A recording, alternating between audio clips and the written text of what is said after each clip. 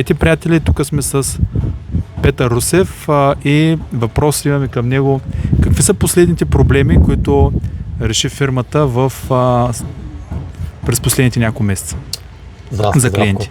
Да, сега ще разкажа, имам много интересни казуси, по които работихме. Забелязваме в работата ни с клиенти, че много често българския бизнес работи на следния принцип. Средно голяма фирма, в която шефа, собственика на фирмата, също участва в процеса на работа под една или друга форма. Независимо, че покрай него има хора, които се занимават с изработка, с офис асистенти и така нататък.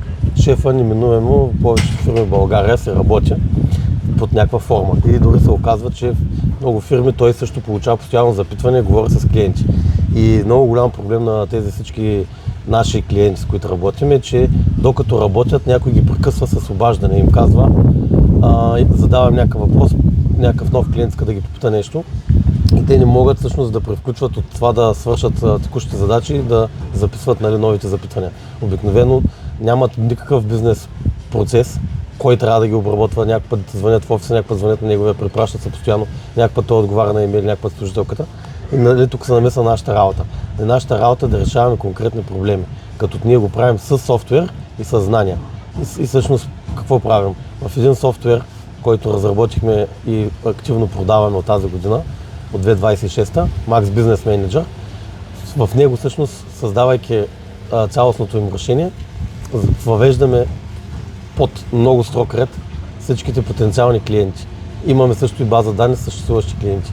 И какво става? Всяка една фирма има N на брой клиенти съществуващи, които поръчват периодично някакви неща, а имаме такива потенциални, това са нови клиенти, които все още не са запознали с нашия бранд, с нашата фирма и те първо искат да станат клиенти. И затова имаме два списъка вътре. И всъщност може служителката, собственика, абсолютно всички по веригата да пълнят този списък с потенциални клиенти и да проследяват тяхното развитие. В някои случаи на клиента му е необходима оферта, на друг му е необходим среща, в зависимост от бизнеса, който работим. Сега този бизнес, на който правим бизнес интеграцията, той е всъщност в сферата на производството на дограма и там всъщност неминуемо трябва да се срещне с клиента. След запитване, се среща, има също и част с производство и това е много интересно, че с силата на софтуера можеш да автоматизираш десетки процеси. И цялостното решение, което им предложихме, в момента решава както проблемите с записването на клиенти, с обработката на клиенти, така и да ги конвертира, те да са по-доволни и да не се забрави, тъй като преди нашият софтуер да влезе и да се интегрира, десетки лидове бяха пропуснати от това, че невъзможност да вдигнат, невъзможност да запишат лида, невъзможност да обработят. Също така липсата на някакъв точен бизнес модел, кой го вписва, кой го работи, кой го следи. Това като липсва, всъщност отпадат супер много потенциални клиенти. А сега може да се каже, че сме увеличили конверсията на фирмата за краткия период, който сме стартирали, минимум с 10%, само заради това. А в следващите видеа ще ви разкажа и за другите функционалности, които обединяваме в едно. В крайна сметка с две думи мога да обобщя, че да речем преди се налагаше фирмата да си намира в интернет различни инструменти за управление на задачи, за почта, за диск за съхранение на файлове, ако щеш, за управление на екипи. Това са десетки напълно различни програми, които те нямат връзка помежду си. И всъщност собственика на бизнеса, той става CRM-а, главата му е CRM-а и той всъщност синхронизира това. И много често си има секретарка, примерно, но тя трябва да знае примерно къде са и фактурите, как се влиза в банкирането, примерно къде се издават примерно там някакви оферти, как се пращат на клиенти. Да, винаги примерно на едните служители там делегираш едни програми, на другите други. Това са напълно различни програми с различни акаунти и нямаш никакъв контрол, те не са при теб. Информация, която се натрупва в тези софтуери, тя се остава там, тя не е твоя. А сега с Max Business Manager това е цялостно решение. Представи си да имаш модула с задачите, почтата, да имаш модула за управление на екипа. Не трябва да забравяш банкирането, защото това е много важна част. Банкирането вече не трябва да влизаш в тегавите панели на тези онлайн банкиране, където ако искаш служителя да влезе, ти трябва да му пратиш кода като SMS или пък с пръстов отпечатък или с не знам с какво. Там е много тегаво да дадеш достъп някой друг да върши тази работа. Сега в Max Business Manager това сме го решили, понеже дори банката, транзакциите също ти зареждат вътре и можеш да дадеш определен човек, един, двама или трима, които да следят всичките входящи и когато издават фактури, да автоматично да издават. На мен много да ми подписват, допадна, когато е платено. много ми допадна решението да следи банката като един вид секретарка и това да ти проверява дали имаш съответно издадена фактура, да няма пропуснато издаване на фактура, на документ.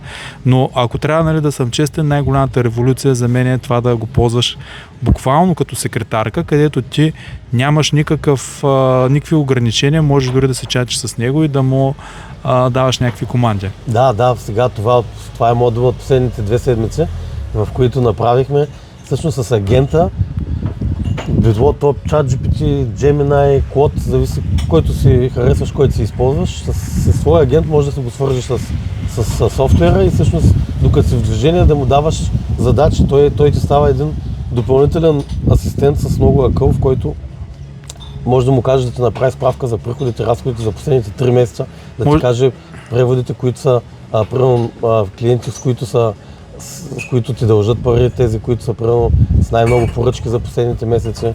Може да видиш примерно къде са отишли най-много разходи, ако фирмата ти заприхождава стоки и такива неща. Говорихме за това как управляваш също така и екипи. Може да разкажеш малко повече за това? Да, в софтуера имаме модул, който е за управление на екипа. В по-големите фирми, особено в тези, в които има и производство, там имаме хора, които отговарят за производството на самите изделия и имаме също и хора, които отговарят за монтажа. И можеш да се сформираш екип, т.е. фирмата ти, която логически както работи, физически както работи, така може да се направи по същия начин и онлайн. Веднъж като се ведеш екипите, те достъпват задачите си в приложение на собствения телефон. В това приложение на Max Business Manager всеки вижда своите задачи за деня, вижда бъдещите, които предстои да ги прави, вижда си изминалите, следи се за срокове, показва за колко време трябва да се изпълни дадена задача и ти за колко време си е изпълнил. И това неминуемо помага супер много на шефа, защото той веднъж дори на оперативка, ако щеш заедно целият екип разпределя задачите, маркира ги в софтуера и след това всеки, не без да пита другия, вижда по всяко време какво има да прави, кое е свършено и кое не. И ние елиминирахме реално последващи оперативки, защото по всяко време, когато шефа иска нещо да види, няма защо да ходи да пита, нали, хора докъде сте с това, докъде сте с това, докъде сте с това, а вътре то показва всеки един каква работа е свършил, докъде е стигнал. Добре, аз мога ли да използвам, примерно да кажа с глас или с чат на Иван Иванов, маркирай да направи задача иди си каква? Да, в този последния модул за комуникация, който направихме, можеш твой личен агент да седнеш спокойно сутринта на кафе и да се цъкнеш на агента и да му говориш на микрофона и да му кажеш в бизнес менеджера дай на Иван да добави еди си кой елемент за производство.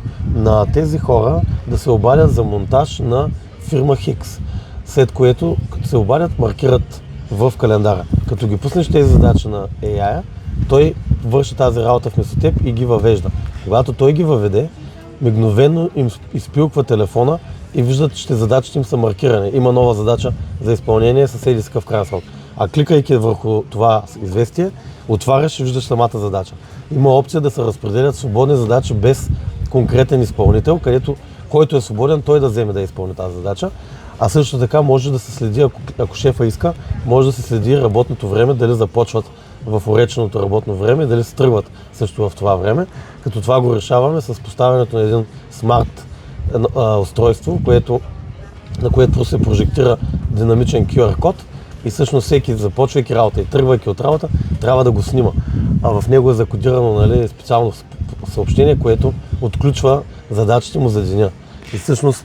Тоест аз, ако мога да го обобщя така, гледам си, примерно, говоря си с телефона с някой от моите агенти, примерно, които имам, питам го днес какви преводи има. И той ми казва, фирма Хикс ти е превела сума за поръчка. Точно така. И аз мога да му кажа, добре, чудесно, издай фактура и задай задача на Иван Иванов да отиде да вземе размера. Примерно, да, може да кажеш също така, ако имаш поръчка, за която трябва да се поръчат материали, директно казваш, по тази поръчка е платена, тъй като останалите от екипа не виждат частта, финансовата част. Те виждат поръчки, които очакват плащане. В момента, в който ти маркираш тази поръчка, че е платена, задвижваш процеса по това, другия съответно да си поръча, да речем, материалите, другите след това да започнат подготовката.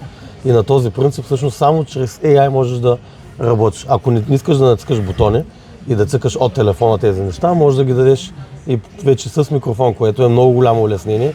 Самите ние виждаме огромен потенциал, т.е. ние можем да изкажем поне десетки клипове какви неща можеш да правиш по този начин.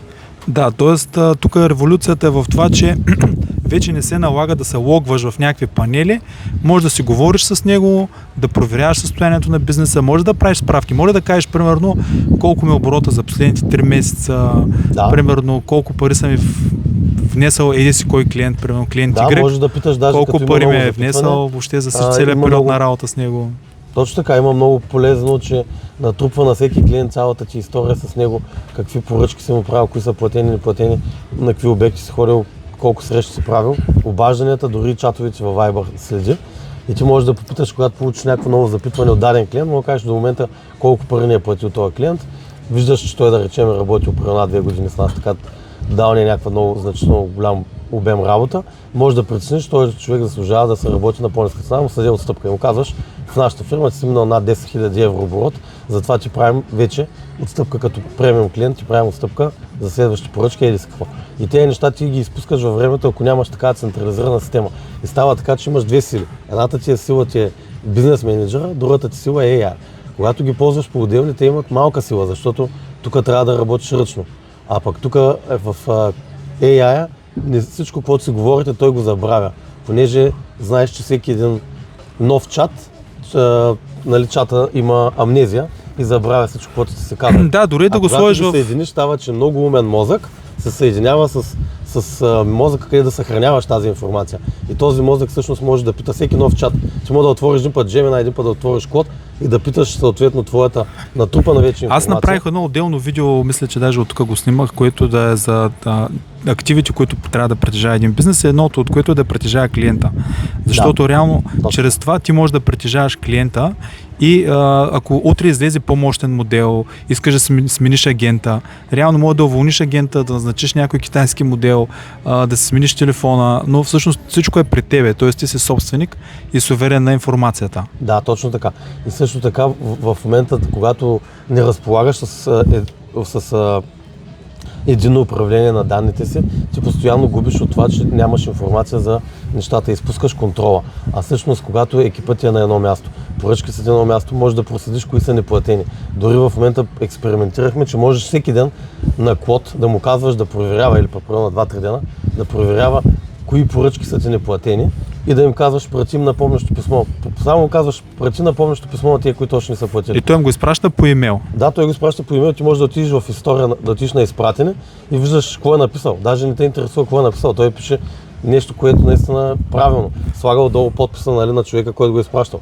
И той всъщност е това е пълноценен офис сътрудник, пълноценна секретарка, която е от, да го кажем, от висш клас, защото нали, от секретарка до секретарка има разлика, нали? Точно така. Това е от едно с юридическо образование и с, може да кажеш, и с икономическо, и с търговски умения, и с много добри soft skills. Той, примерно, хубавото на това е колата да ти ги пише, че той всеки път ще подходи по различен начин. Примерно ще каже, виждаме тук да направи поръчка, но 3 дни още не си платил. Нали? Той е някакъв любезен, измисля текст, който да ти даде, нали, ти напомни. В имейла се стои проформата. А повечето собственици на бизнес нямат това търпение да напишат примерно такива имейли, да се любезничат. Точно и да ще дигне телефона и ще напсува, примерно. Нали, в българския бизнес ти изпитваш, нали, неприязан към тези, които закъсняват, минава много дълго време, решаваш да не ги търсиш, а всъщност ако го направиш на една задача, той е много любезно, всеки ден ще ги пита тези хора и всъщност ще се опита да приключи, да затвори сделката или да е като платена или като отказана, защото нали, много често се случва времето да се откаже, това е нещо нормално, но ти поне затваряш сделката и той може, клиента като отговори, че е отказана, твой асистент маркира ти го в софтуера, че е отказана, тя не е вече очаква плащане и ти знаеш с кои клиенти, нали, продължаваш да работиш. Много е удобно, затова, нали, сега записваме серия от видеа и скоро ще ги качим в един канал, в който да могат да се гледат. Като за да е по-лесно за клиентите ни, ще ги направим по теми и по проблеми. И всъщност да може, който иска да прецени дали да поръча бизнес менеджера, да си гледа темите, които го интересуват и как сме ги решили за него. Добре, аз съм много впечатлен. Нека на това да спрем това видео. За всеки един от вас, който се интересува повече от темата, в описанието на този клип ще има повече информация за това, което предстои. Чао за сега. Чао.